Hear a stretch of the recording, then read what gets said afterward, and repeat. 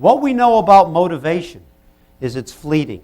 Once we have an insight, if you don't move on that insight quickly, what tends to happen to it?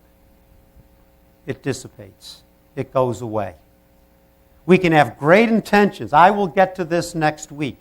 What we know about teaching somebody a skill, any skill, if you don't practice that skill within 24 hours, it starts to dissipate and go away very quickly.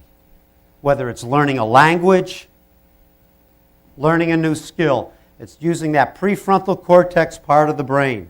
And we can see from another one of our scientific technology breakthroughs, functional MRIs, we can see how brains work.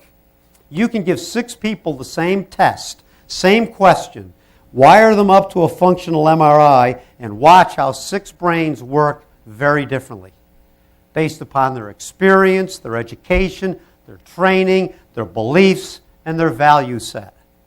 They will connect the dots very differently to the same problem.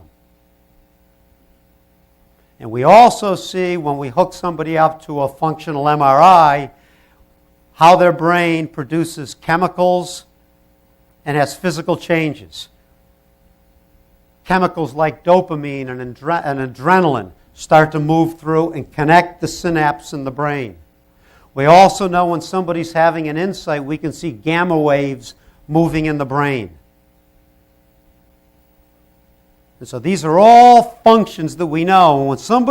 When you are working with somebody and coaching them, and the most effective, now here's something very important to remember, and it ties into what the gentleman was saying before about features and benefits.